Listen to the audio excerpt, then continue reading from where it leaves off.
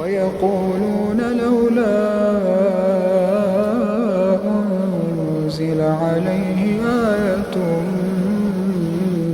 من ربه فقل إنما الغيب لله فانتظروا إني معكم من المنتظرين.